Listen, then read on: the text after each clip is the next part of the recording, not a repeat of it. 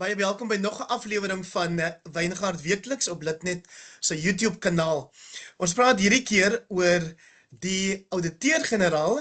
Sy is Chakani Maluleke se nuutste verslag oor die stand van sake met die geldsake van ons land se munisipaliteite en ook metrorade. En die persoon vir wie ek gevra het om daaroor saam te gesels is Dr. Halen Kloete. Hy's 'n navorsingsgenoot aan die Universiteit van die Vrystaat en een van ons bekende en voorste kenners oor plaaslike regering in Suid-Afrika. Baie welkom, Halen. Baie dankie, Hendrik. Ek bly student van plaaslike regering, maar baie dankie vir die inleidende woorde. Wat was vir jou anders aan die nuutste verslag van die ouditeur-generaal? Weet jy, soos jy weet, is my fokusarea in plaaslike regering is menslike hulpbronontwikkeling en die bestuur daarvan. En ek dink dit wat sê, ek het die hele verslag gelees op die nuusberig, en jy weet, seker goed raak jou meer as ander. Dit wat sy daar genoem het, dat die 1,6 biljoen wat gespandeer is op konsultante, en dan die sin daarna wat praat, dit is 53 as gevolg van 'n tekort aan vaardighede, en 41 omdat daar nie genoeg vaardighede is nie. So weet jy, dit het my soos 'n koue water getref, want dit bevestig ook wat ons die afgelope dekade of wat navorsing doen in plaaslike regering, dat ons bestuur nie die mense behoorlik in 'n munisipaliteit nie. As jy weet dat ons het nou 28 jaar van die vaardigheidsontwikkelingswet en die levies wat daarmee gepaard gaan. So ons het die institusionele raamwerk, ons bestuur bloot net nie die talent van ons mense in munisipaliteite nie. Sê jy daarmee dat jy glo die talent bestaan, voldoende talent bestaan, of is die probleem nie juis dat mense wat aangestel word nie noodwendig bekwaam of volledig gekwalifiseerd is vir die poste nie? Ek dink dit is 'n kombinasie van 'n hele klomp faktore. Een is dat as 'n mens kyk na 'n munisipaliteit, dan moet jy moet werk met dit wat jy het. En so dit is so, partykeer word mense aangestel wat nie noodwendig bekwaam is nie. Maar ons het die vaardigheidsontwikkelingswet daar. Ons kan ook mense aanstel natuurlik op die grond van potensiaal. En daar's niks verkeerd met dit nie. Maar ons het die raamwerk vir die laaste 28 jaar. Elke jaar maak 'n munisipaliteit, hy ontwikkel 'n vaardigheidsontwikkelingsplan. Dan gee hy dit vir die plaaslike regering, SETA. En dan implementeer hy dit. Ons het nou sopas 'n studie voltooi van 'n munisipaliteit wat gaan kyk het vir die eerste keer, ek dink is die eerste munisipaliteit in Suid-Afrika wat 'n studie gaan doen het oor, kry hulle in Engels praat hulle van 'n return on investment. So mense se talent en se vaardigheid, ons bestuur nie dit behoorlik nie, want die raamwerk is daar. Ons doen opleiding vir die sake van opleiding, en ons kry nie noodwendig die resultate as gevolg van dit nie. Nou as jy 1,6 biljoen spandeer op konsultante, wat ook nie hulle werk reg doen nie. Die ouditeur-generaal sê, die kwaliteit van werk wat hierdie konsultante ook lewer, is ook nie na wense nie. Dan is dit 'n groot rooi lig, en hierdie konsultante patroon gaan nou swaal vir die afgelope dekade, as dit nie langer is nie.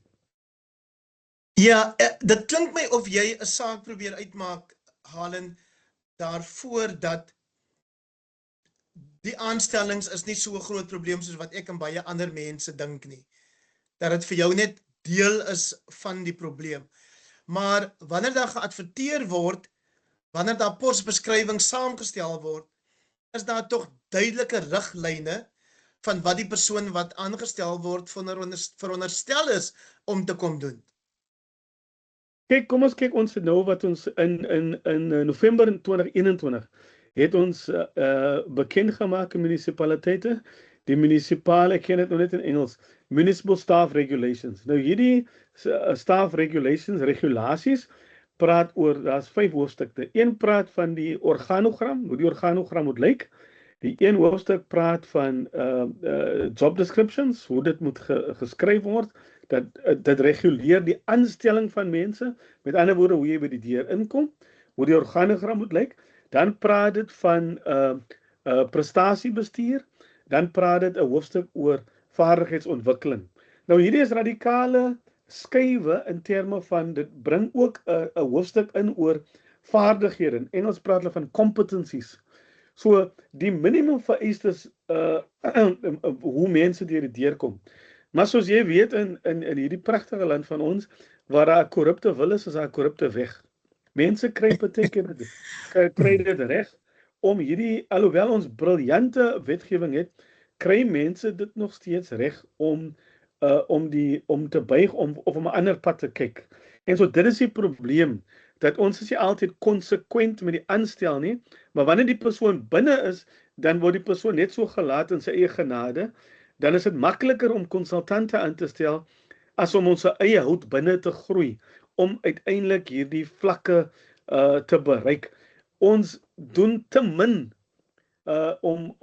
om die bestuur van mense se potensiaal te bestuur, ja. So, ek wil nou nie klink soos 'n regsgeleerde en sê, I put it to you nie. Ja. Maar kom ek vertel jou, wat die einste ouditeur-generaal Tsakani Maluleke en die minister van plaaslike regering of koöperatiewe regering en tradisionele sake, meneer Wellinkosi Slabisa, by 'n F.W. de Klerk Stichting byeenkoms gesê het. En dit is naamlik dat as jy 'n bekwame burgemeester en 'n bekwame munisipale bestuurder aanstel, dan volg die res. Ja. Praat 'n bietjie daaroor. Ja, dit is so, as jy mens kyk na die definisie van 'n munisipaliteit, dan het jy die politici, jy het die amptenary en dan het jy die gemeenskap. So hierdie 3 partye is soos 'n potjie, is in 'n dinamiese verhouding. Wat die ouditeur-generaal gesê het, wanneer 'n burgemeester se fokus is op dienslewering en hy bly in sy baan ook, of sy bly in haar baan en los die amptenary om hulle werk te doen. As dat daai tipe vertroue is, dan werk die ding. In vorige verslae het sy ook gesê, waar daar politieke stabiliteit is daar gewoonlik resultate ook. En so, die een rus op die ander. As die burgemeester ingestel is om in te meng in die administrasie, en as jy met politici praat, is dit 'n groot ding. Hulle noem dit in Engels interference or oversight. Inmenging of oorsig. Dit is 'n groot debat, want vrye amptenare dan sê hulle nee, die raadslede wil inmeng, want die wetgewing is baie duidelik die bevoegdhede wat elke baan het. So daar's daardie skeiding, daar in Engels praat hulle van checks and balances. So ek stem 100% met haar saam. Wanneer jy die regte kandidaat het, wanneer die persoon gefokus is, dan het jy resultate. Ek het al met baie munisipale bestuurders gepraat wat baie bevoeg is, en een van die groot dinge wat hulle vir my sê, vra ek nou, wat is jy sukses? Dan sê hulle, ons het die vermoë om nee te kan sê. Om te sê, nee burgemeester, ons kan nie dit doen nie. En dan sê die burgemeester, jy doen dit, dan sê nee burgemeester, wetgewing laat ons dit nie toe nie. En so, jy het hierdie 2 pole, as jy amptenaar vra, hulle sê altyd 'n politikus se gunsteling sport is om met die amptenare te boks. So hierdie 2 daar is geweldige spanning of kreatiewe spanning soms tussen hierdie 2, soos elkeen in sy baan bly, want die temptasie bly vir die politici om partykeer te reageer soos amptenary, en amptenary aan die ander kant partykeer wil politici se werk oorneem.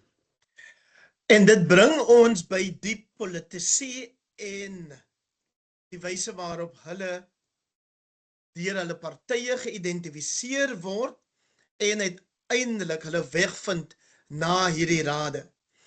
Partye vra nie vir potensiële raadslede, of nie alle partye vra oor watse kwalifikasies beskik jy nie, vra nie, het jy ten minste 'n basiese begrip van hoe om 'n begroting te lees nie. Die persoon word aangestel op grond van politieke affiliasie. Is dit deel van die probleem of dink jy dit is 'n bestuurbare probleem? Weet jy, as jy die president van Salga praat, raadslid Stoffeli, praat van die, he calls it the invisible hand. En hy blameer baie keer politieke partye vir die tipe kandidate wat hulle voorstel. En ek dink dit is een probleem. Ek wil ook dit bysê, die leerkurwe in munisipaliteite is baie groot. So al sit jy 'n professor daar, dit gaan hom so 2 tot 3 jaar vat om te verstaan hoe die komplekse dier werk.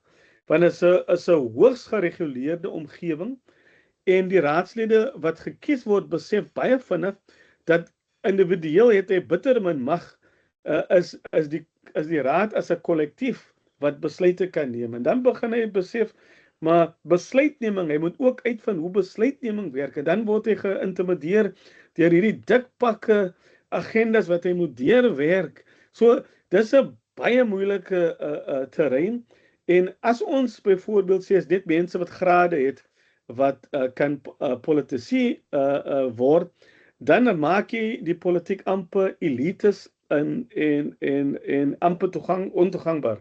Die minister, die voormalige minister wat nou gesterf het, minister Matlatlana, het een keer gesê, jy hoef jy doktersgraad te weet, as jy by Kaapstad se lughawe uitry, en ek kyk aan jou linkerkant, dan kan jy sien, hier is 'n probleem.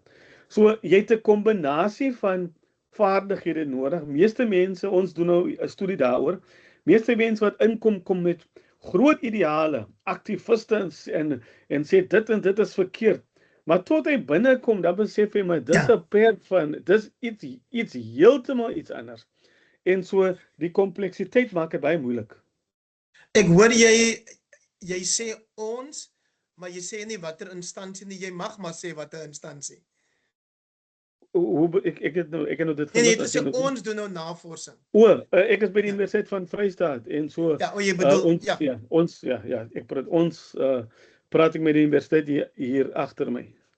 Okay, ek het jou ook voorgestel as 'n navorsingsgenoot van die Universiteit van die Vrystaat. Is konsultante in beginsel 'n goeie of 'n slegte ding? Ek dink ons moet, ek werk ook as 'n konsultant. Jy moet nie afhanklikheid skep nie. Verstaan jy, daar moet vaardigheidsoordrag wees. Nou, mense leer op verskillende maniere. In die laaste 4 maande wat ons op hierdie projek gewerk het, het ek doelbewus van die amptenare wat saam met ons gewerk het met dit, moeilike take gegee, en om te analiseer, sodat daar die oordrag is van vaardighede. So, ons het 'n vaardigheidstekort in munisipaliteite, maar dit is bloot omdat ons nie die mense ontwikkel nie. Die doel van die vaardigheidsontwikkelingsplan was juis dat die werkplek raak 'n universiteit of 'n plek van leer.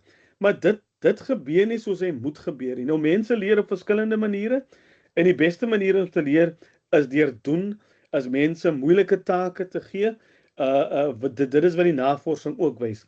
So, konsultante is nie noodwendig sleg nie, maar dan moet 'n afwaartse kurwe wees. Jy kan nie afhanklik wees van 'n konsultant nie, en dit is wat die ouditeur-generaal sê. Daar is mense in die finansies afdeling, dan word daar konsultante aangestel om die werk te doen van mense wat dan daar is. Dit maak nie sin nie. Dis nie asof hulle so spesiale ons het konsultante wat finansiële state doen en batebestuur doen. Nou, by hierdie stadium moes ons al dit kon gedoen het al. Nou, dit is verkeerd.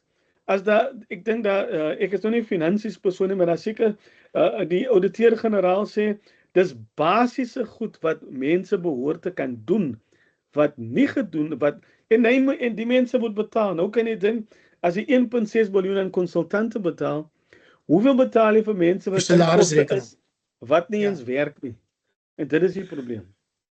Ek het 'n syfer hier wat sê, uit die 257 munisipaliteite in ons land het maar 39 skoonouders gekry?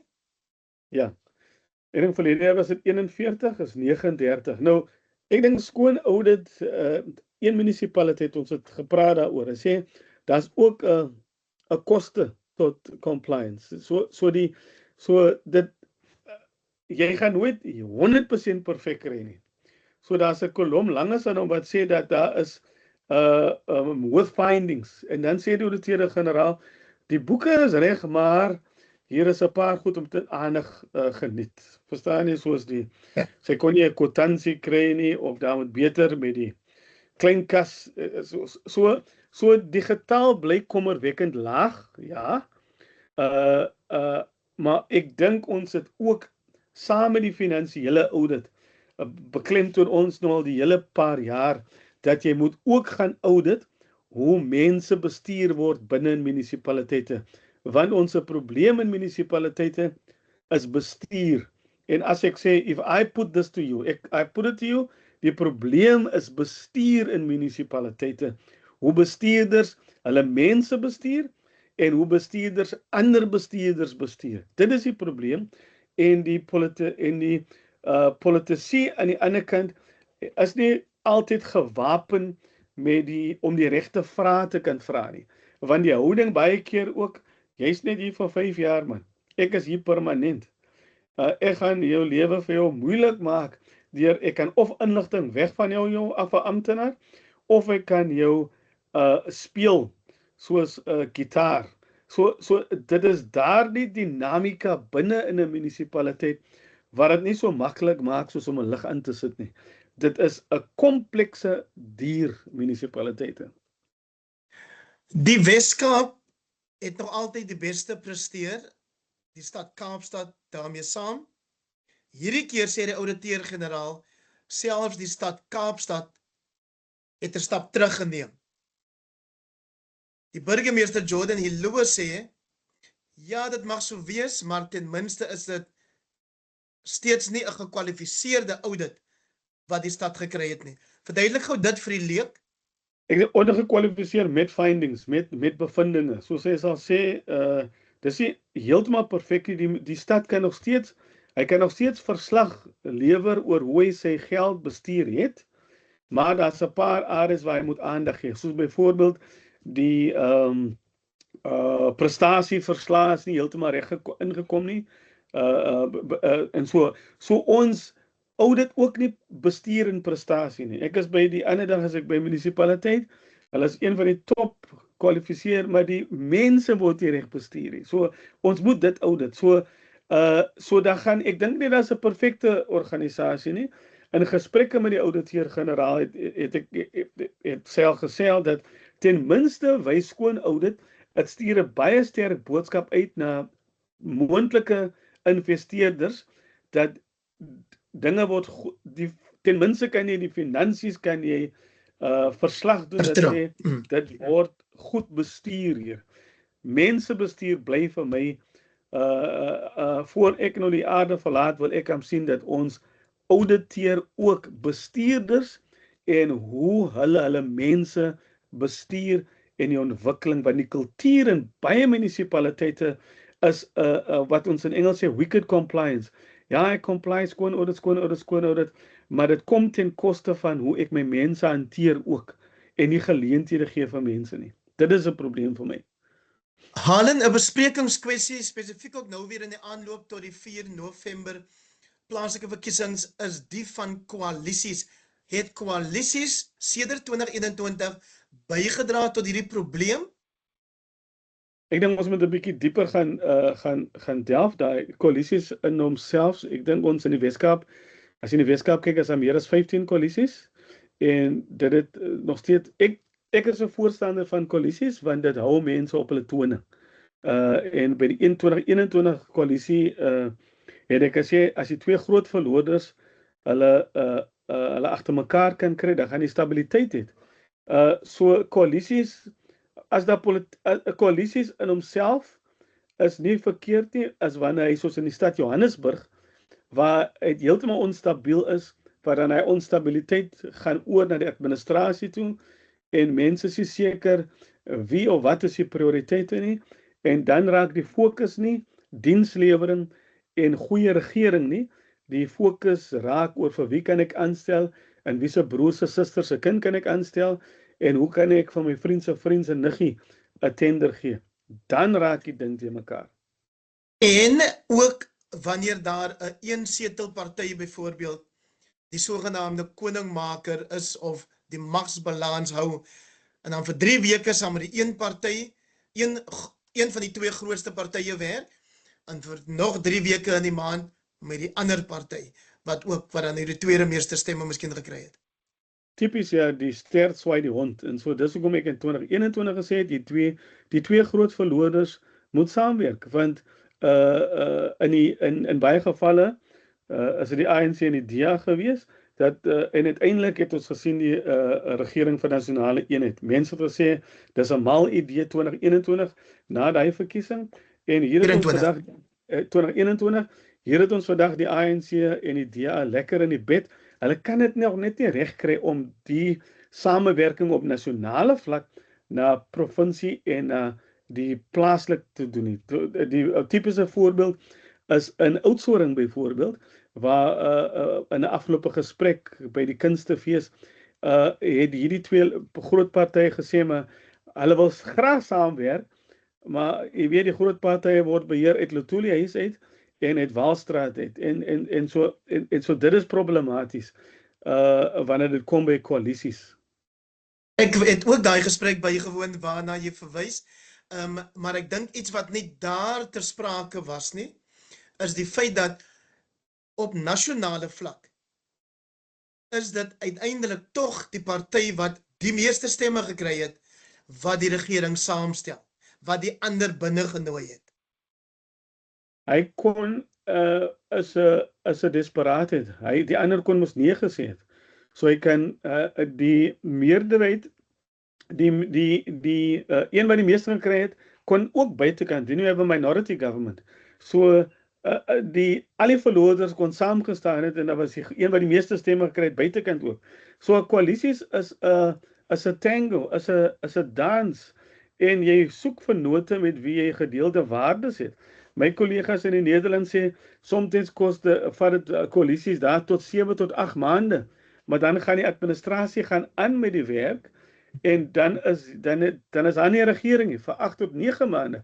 Ons koalisie tot so 2 maande. Nou as ons regtig ernstig was, Heinrich, met plaaslike regering regryk, dan sou ons daai verdrag van 2024 tussen die groter partye, hulle moes dit afdwing op plaaslik. Kyk hoe lyk die stad Johannesburg. As die ANC en die DA nie daar kon saamwerk, dan het jy stabiliteit daar gekry. En so kan jy in al die metros ook sê. So hulle het nie die wil, die politieke wil, want is op plaaslike regering waar die mense die liefde of die vernalating van die staat voel. En ek dink nie in hierdie land ons is ernstig met plaaslike regering regryk nie. Is dit tot hoe mate dink jy speel egos of persoonlikhede 'n rol in die nie samewerking daar waar jy vind dat partye wat eintlik goed sou saam kon werk, nie saamwerk nie? Ek dink ons beweeg in die terrein van pragmatisme. Jy weet in Singapore sê hulle of dit nou 'n wit kat is en of dit 'n swart kat is, as die kat kan muise vang, is dit 'n goeie kat. So ons beweeg na pragmatisme toe. En ja, daar is egos, maar jy weet daar's 'n wonderlike boek wat geskryf is deur Adam Kahane wat geskryf is Collaborating with the Enemy, Working with People that you don't agree with, like or trust. Die toekoms is om met mense met uiteenlopende standpunte saam te werk en veral op plaaslike regering. Op plaaslike regering gaan dit oor plaaslike ekonomiese ontwikkeling, hoe om die dorp saam te bring, hoe om die gedeelde waardes en hulpbronne ons lewe nog in dorpe soos Thabo Mbeki gesê het, a tale of two cities. Ons lewe in 2 Caledons, in 2 parels. Die een is floreer en die ander een so plaaslike regering moet hy dingskrim wees waar jy die beste kundige mense kry, maar ook dat ons beweeg nou na samewerking, dat 'n regering het nie al die antwoorde nie, hy moet met kundige mense buite kan werk. That's why in English we say we're moving from government to governance, where we co-create. Ons skep saam nuwe idees en nuwe projekte om dit en regering volg net die wil van die mense. Maar dan weet jy, het ons aktiewe burgerskap nodig en aktiewe organisasies en ons het te min van dit. Ons het te min mense voel amper foos. Mense is nie lus om mense so moeg dat hy is net moeg. Dit is my ervaring. Ek was nou van plan en sal dit nog steeds doen om te verwys na die idee van gemeenskapsorganisasies soos Cederberg Eerste, wat daar in Citrusdal se wêreld uiteindelik 'n munisipaliteit kon beheer, saamgestel uit mense uit die gemeenskap wat nie 'n party politieke vlag of hoed dra of TMP dra nie, en tog vandag vir jou heel wat suksesse kan wys, spesifiek met betrekking tot dienslewering, tot instandhouding en so meer. Ja nee, presies. Ek dink ons het 'n opwaartse kurwe deur gemeenskapsgebaseerde partye. Wat sê nee, genoeg is genoeg. Ons ken die plaaslike politiek. Ek dink ek is veral opgewonde oor die wetgewing wat gaan kom. Want as geen politieke party 50% plus 1 kry nie, dan word hulle geforseer in wat hulle noem executive system. Ons noem die mayoral system en executive system. So met die wetgewing voor parlement wil dit voorkom hierdie onnodige aanhoudende moties van wantroue en so voort. So ons gaan 'n baie interessante fase in 2016 het ons gehad 26 koalisies. Na 2021 het ons gehad so 70 plus. Ek voorspel by hierdie een gaan ons hier oor die 100 het. En dit is die natuurlike uitvloei van die politieke stelsel wat ons het. Die proporsionele stelsel wat vir kleiner partye dit moontlik maak. Jy kan al die wyke verloor, maar jy kan nog steeds jou verloorstemme kan nog steeds jou setel gee. So ons gaan in hierdie fase inhou van pragmatisme, ons moet saamwerk.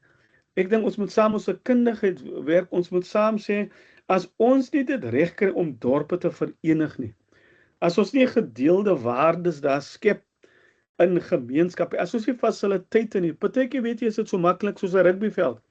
Hier in die Parel is daar rugby skole met 7, 8, 19 rugbyvelde.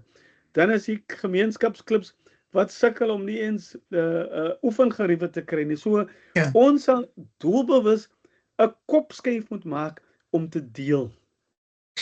Jy het jouself 'n student van plaaslike regering genoem aan die begin, Halen, sit nou jou hoed as politieke kommentator op. Daar is politieke partye wat 'n mens selde hoor praat oor beleid of oor oplossings vir uitdagings en meermale hoor praat oor hulle politieke opponente. Wat sê jy vir die kiezer? Hoe onderskei jy mense tussen die twee op pad na 4 November? Ek dink iemand wat sê dis maklik om 'n raadslid te wees is maklik. Stem vir my, alles gaan verander.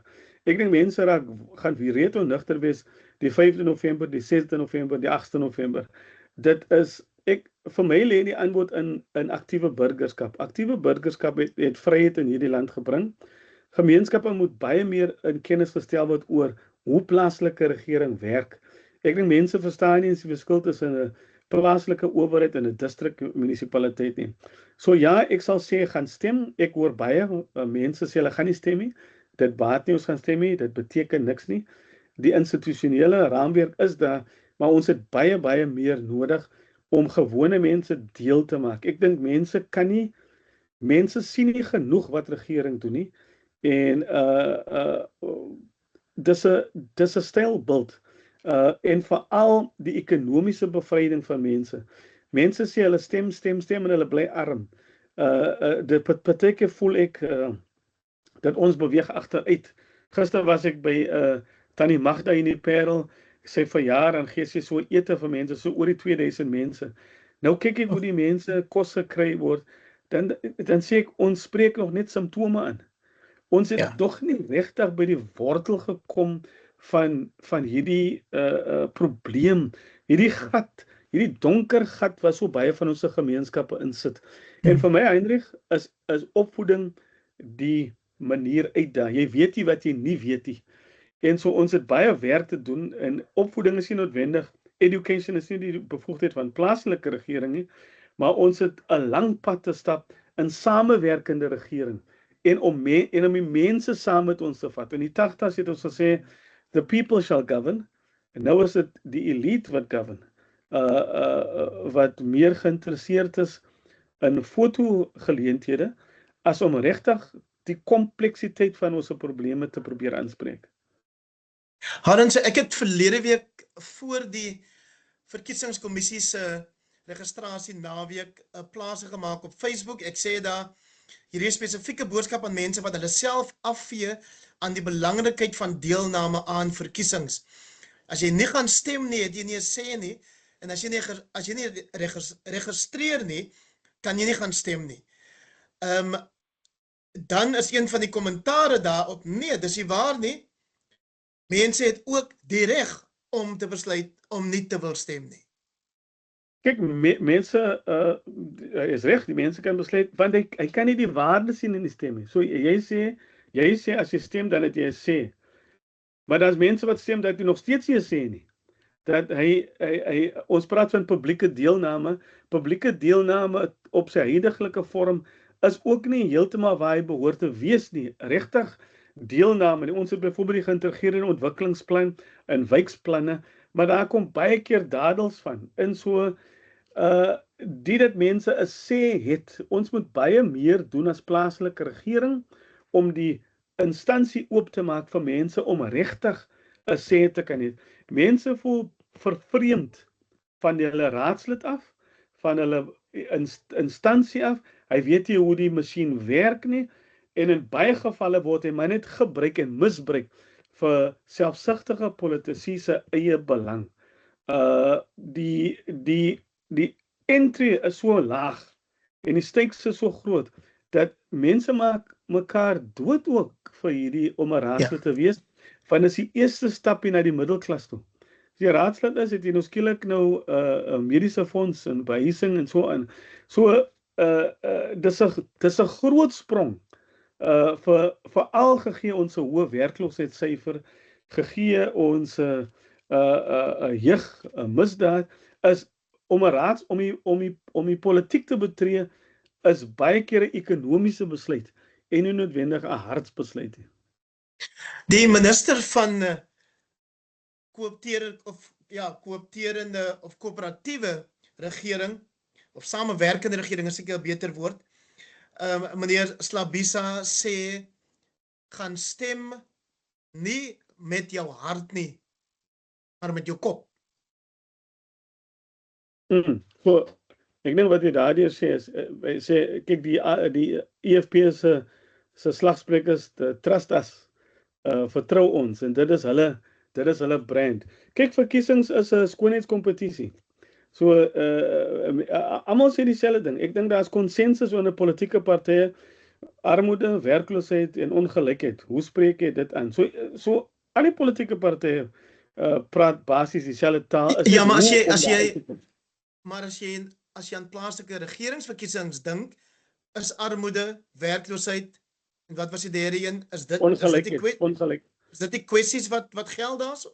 Dis die brood en botter armoede. Ons het in twee wêrelde. En as jy nog diensleweringe ingooi, as ek nou Chicago toe moet neem, dan sal jy sien hoe lyk dit daar in terme van die strate.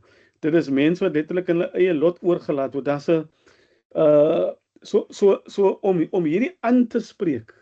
In baie gevalle bestuur munisipaliteite word daarvan beskuldig dat hy bestuur ten koste van die arme mense en het net die ryk mense se belange op die hart. Nou natuurlik, middelklas mense kan 'n e-pos skryf, hy kan aanhou e-pos skryf, hy kan briewe skryf, hy kan die minister.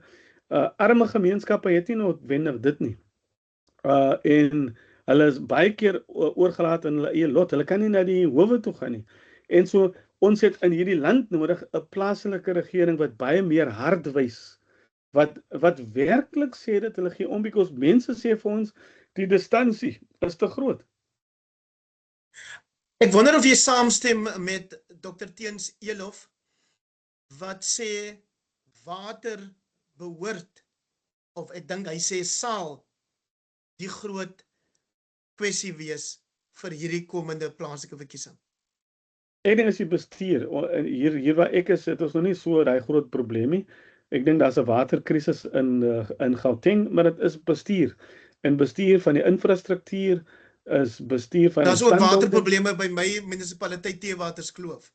Okay, so water is 'n natuurlike hulpbron en uiteindelik dit kom alles neer na bestuur toe. 'n Bestuurder doen 3 of 4 goed. Hy beplan, hy lei, hy organiseer en hy beheer. So beplanning is baie keer baie moeiliker. Op 'n stadium het burgemeesterskomitee lid van die stad Kaapstad gesê toe hulle vra van die waterkrisis, toe sê sy, hoe beplan ek ook vir 'n ding wat ek nie is heeltemal seker is gaan gebeur nie. So beplanning is moeiliker as mense wil mikrogolf benadering het. Hulle wil instant oplossings hê. So beplanning en bestuur is 'n science en dit is art. Dit is nog steeds harde werk. Is moeilik om te beplan vir volgende jaar Junie se ding, want jy wil die ding nou al hê, maar dit kom alles tog neer op beplanning. Dr. Halen Kloete, navorsingsgenoot aan die Universiteit van die Vrystaat. Verskriklik baie dankie vir jou insigte. Baie dankie Heinrich en 'n aangename dag vir jou verder. Thanks.